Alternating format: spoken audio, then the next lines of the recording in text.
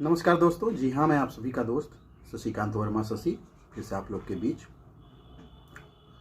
आजकल एक बहुत ही सुंदर सी पुस्तक मेरे हाथ लगी है और आप सभी इससे वाकिफ़ होंगे अगर नाम बताऊंगा जब मैं तो रश्मि रथी। जी हाँ, आप सभी ने नाम सुना होगा रश्मि रथी, श्री रामधारी सिंह दिनकर की रचना। और रश्मि रथी बहुत लोगों ने अपने मतलब कह सकते हैं कि जब पढ़ाई के समय में बहुत लोगों ने सिलेबस वगैरह में भी पढ़ा होगा और शायद मैंने भी पढ़ रखा था, लेकिन मुझे उसका महत्व उस समय समझ में नहीं आया जब मुझे अवसर मिला था उसका अध्ययन करने का। और अब जा कर के मन में एक चाह उठी, चंद लाइनें रश्मि रथी की मुझे पढ़ने का मौका मिला था कहीं से। उसके बाद मेरे मन में ये इच्छा हुआ कि इस पूरी रचना को पढ़ा जाए। रश्मि रथी क्या है, क्यों है, कैसा है, क्या उद्देश्य है, समाज पर इसका आज के वर्तमान समय में क्या प्रभाव पड़ेगा और इससे हम इस रश्मि रथी को आज के दौर में जोड़ करके कैसे इसको देख सकते हैं, इससे क्या लाभ भी मिल सकता है। तो आगे की लाइनें रश्मि रथी की पढ़ने से पहले आपको बता दूं कि रामधारी सिंह दिनकर द्वारा रचित रश्मि रथी 7 सर्गों में विभाजित है और इसमें महाभारत के समय कह सकते हैं कि महाभारत की ही कहानी इसमें है। और इसका सबसे सुंदर सर्ग जो है, मतलब सबसे बढ़िया सर्ग जो मुझे लगा, इसका तृतीय सर्ग लगा है। और तृतीय सर्ग मतलब मैंने आप कह सकते हैं इतना आनंद की अनुभूति हुई मुझे। और इसमें तमाम चीज़ें ऐसी हैं जो कि आज के परिदृश्यों के साथ जोड़ करके हम इसको देख सकते हैं। तो आइए आपको चंद लाइनें श्री रामधारी सिंह दिनकर की रश्मि रथी से सुनाता हूँ।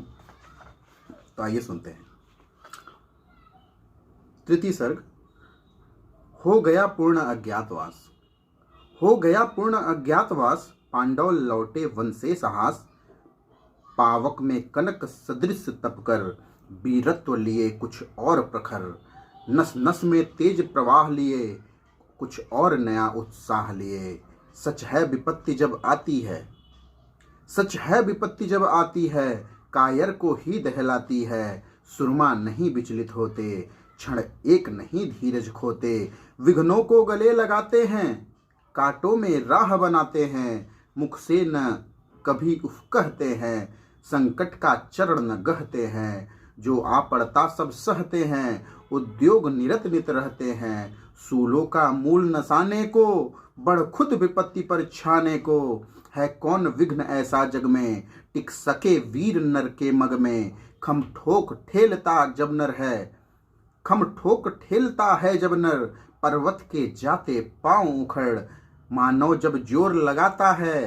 पत्थर पानी बन जाता है, गुड़ बड़े एक से एक प्रखर। है छिपे मानवों के भीतर, मेहंदी में जैसे लाली हो। वर्तिका बीच उजियाली हो, बत्ती नहीं जो जलाता है। रोशनी नहीं वह पाता है, पीसा जाता जब इच्छुदंड। झरती रस की धारा अखंड, मेहंदी जब सहती है प्रहार। बनती ललनाओं का सिंगार, जब फूल पिरोए जाते हैं, हम उनको गले लगाते हैं। क्या बात है, कितनी सुंदर लाइनें हैं। जब फूल पिरोए जाते हैं, हम उनको गले लगाते हैं। वसुधा का नेता कौन हुआ, भूखंड विजेता कौन हुआ। अतुलित यश क्रेता कौन हुआ, नौ धर्म प्रणेता कौन हुआ। जिसने न कभी आराम किया, विघ्नों में रहकर नाम किया। जब विघ्न सामने आते हैं, सोते से हमें जगाते हैं। मन को मरोड़ते हैं पल पल, तन को झझोरते हैं पल पल। सतपथ की ओर लगा कर ही, जाते हैं हमें जगा कर ही। वाटिका और नौ एक नहीं, आराम और रण एक नहीं। वर्षा अंधड़ आतप अखंड, पौरुष के हैं साधन प्रचंड। वन में प्रसून तो खिलते हैं, वन में प्रसून तो खिलते हैं। बागों में साल न मिलते हैं। कंकरिया जिनकी सेज सुधर, छाया देता केवल अंबर। विपदाएं दूध पिलाती हैं, लोरी आंधियां गाती हैं। जो लाच्छा गृह में जलते हैं, वे ही सूर्यमान निकलते हैं। मतलब कह सकते हैं कि इन लाइनों में एक विशेष प्रकार का जोश है। इन लाइनों को बस पढ़ने भर से, सुनने भर से ही एक मन में कह सकते हैं कि ये प्रेरणा तो हमें देती ही हैं, आज के वर्तमान में संघर्षरत रहने की शिक्षा हमें देती हैं। और इतना सुंदर ढंग से रामधारी सिंह दिनकर ने इसका वर्णन एक कथा काव्य के रूप में किया हुआ है जिसका कोई जवाब नहीं हो सकता। और शायद इसीलिए रामधारी सिंह दिनकर हैं। तो आइए आगे की लाइनें। बढ़कर विपत्तियों पर छा जा, बढ़कर विपत्तियों पर छा जा, मेरे किशोर मेरे ताजा, जीवन का रस छन जाने दे, तन को पत्थर बन जाने दे, तू स्वयं तेज भयकारी है, क्या कर सकती चिनगारी है, वर्षों तक वन में घूम घूम, विघ्न बाधाओं को चूम चूम, सधूप धाम पानी पत्थर, पांडव आए कुछ और निखर। अब यहाँ से देखिए कितना अच्छा वर्णन है। अभी तक जो मैं पढ़ रहा था वो भूमिका रही, एक तरह से समझ सकते हैं। अब पांडवों की बात हो रही है जो अपना अज्ञातवास खत्म करके अब लौटे हैं, और उसका कितना अच्छा वर्णन रामधारी सिंह दिनकर जी ने किया है। वर्षों तक वन में घूम घूम, विघ्न बाधा विघ्नों को चूम चूम, सधूप धाम पानी पत्थर, सधूप घाम पानी पत्थर, पांडव आए कुछ और निखर, सौभाग्य न सब दिन सोता है, देखे आगे फिर क्या होता है। मैत्री की राय बताने को, सबको सुमार्ग पर लाने को, दुर्योधन को समझाने को, भीषण विध्वंस बचाने को, भगवान हस्तिनापुर आए, पांडव का संदेश लाए। ये उस समय की बात है, अज्ञातवास से लौट चुके थे पांडव पुत्र, और अब श्री कृष्ण भगवान हस्तिनापुर आते हैं और दुर्योधन तक संदेशा लाते हैं। और मतलब उनका उद्देश्य था कि महाभारत जैसे भीषण और विकराल युद्ध को होने से रोका जाए, और उसमें जो आम जनमानस का जो शोणित प्रवाह है, कह सकते हैं जो रक्त प्रवाह है, उसको रोका जाए। उसी के उद्देश्य से आगे जो भगवान कृष्ण का संवाद है जो रामधारी सिंह दिनकर जी ने लिखा है, बहुत ही सुंदर और विस्तृत वर्णन है। तो आइए आगे आप लोग को सुनाता हूं।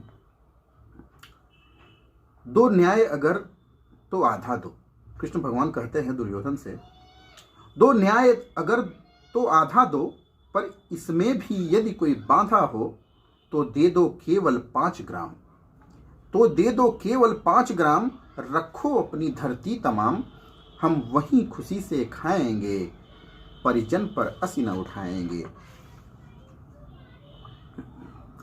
दुर्योधन वह भी दे न सका, दुर्योधन वह भी दे न सका, आशीष समाज की ले न सका, उल्टे हरि को बांधने चला, जो था असाध्य साधने चला। जब नास मनुज पर छाता है, पहले विवेक मर जाता है। क्या बात है, बहुत ही सुंदर। जब नास मनुज पर छाता है, पहले विवेक मर जाता है। हरि ने भीषण हुंकार किया, अपना स्वरूप विस्तार किया, डगमग डगमग दिग्गज डोले, भगवान कुपित होकर बोले, जंजीर बढ़ाकर साध मुझे, जंजीर बढ़ाकर साध मुझे, हाँ हाँ दुर्योधन बांध मुझे, यह देख गगन मुझ में लय है, यह देख पवन मुझ में लय है, मुझ में विलीन झंकार सकल, मुझ में लय है संसार सकल। अमृतत्व फूलता है मुझ में, संहार झूलता है मुझ में, उद्यांचल मेरा दीप्त भाल, भूमंडल वच्छ स्थल विशाल, भुज परिधि बंध को घेरे हैं, मैनाक मेरु पग मेरे हैं, दिखते हैं जो ग्रह नक्षत्र निकर, सब हैं मेरे मुख के अंदर। दृग हो तो दृश्य अकांड देख, मुझ में सारा ब्रह्मांड देख, चर अचर जीव जग छर अक्षर, नस्वर मनुष्य सुर जाति अमर, सतकोटि सूर्य सतकोटि चंद्र, सतकोटि सरित सत सर सिंधु मंद्र, सतकोटि विष्णु ब्रह्मा महेश, सतकोटि जिष्णु जलपति धनेश, सतकोटि रुद्र सतकोटि काल, सतकोटि दंडधर लोकपाल, जंजीर बढ़ाकर साध इन्हें, हाँ हाँ दुर्योधन बांध इन्हें। आप लोग सुन रहे होंगे ये श्री रामधारी सिंह दिनकर जी की रचना के सर्ग से, 7 सर्गों में से ये तृतीय सर्ग मैं पढ़ रहा हूँ आप लोग के सामने। और विश्वास मानिए, आप सुनकर जितना जोश महसूस कर रहे हैं उससे कहीं ज़्यादा इसे मैं पढ़कर महसूस कर रहा हूँ।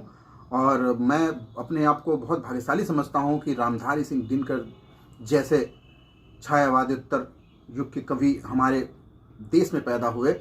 और मूल रूप से वो शायद बिहार से ही बिलोंग करते थे। और क्या लिख दिया उन्होंने, तो आइए आगे पढ़ते हैं और आनंद लेते हैं। भूलोक अतल पाताल देख, श्री कृष्ण भगवान कहते हैं दुर्योधन से कि भूलोक अतल पाताल देख, गत और अनागत काल देख, यह देख जगत का आदि सृजन, यह देख महाभारत का रन।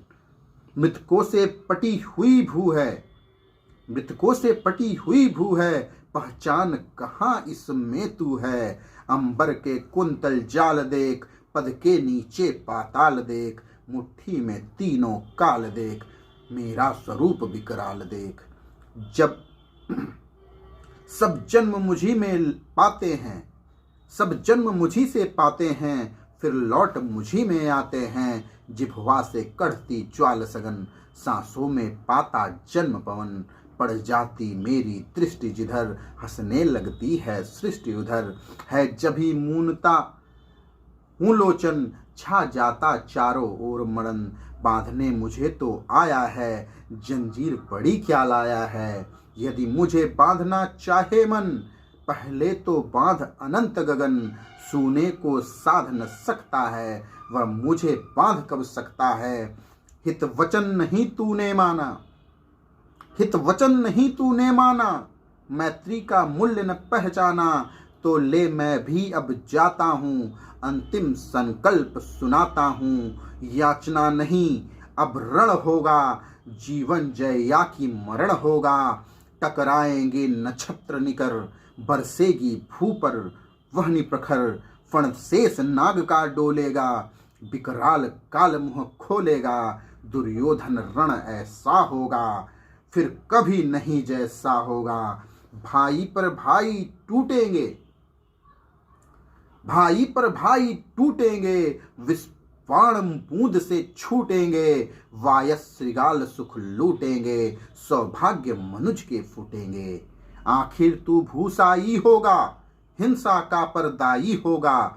थी सभा सन्न सब लोग डरे, चुप थे या थे बेहोश पड़े। केवल 2 नर न अघाते थे, धृतराष्ट्र विदुर सुख पाते थे। कर जोड़ खड़े प्रमुदित निर्भय, दोनों पुकारते थे जय जय, दोनों पुकारते थे जय जय। धन्यवाद। जी हाँ, यह लाइनें श्री रामधारी सिंह दिनकर महाकवि द्वारा लिखी गई रश्मि रथी से, रश्मि रथी के तृतीय सर्ग से थी, जिसका वाचन मैं अपने स्वर में कर रहा था। आशा है कि आपको ये लाइनें पसंद आई होंगी और इन लाइनों को सुनने के बाद आपके मन में रश्मि रथी को एक बार पढ़ने की इच्छा तो पुनः जरूर जग रही होगी।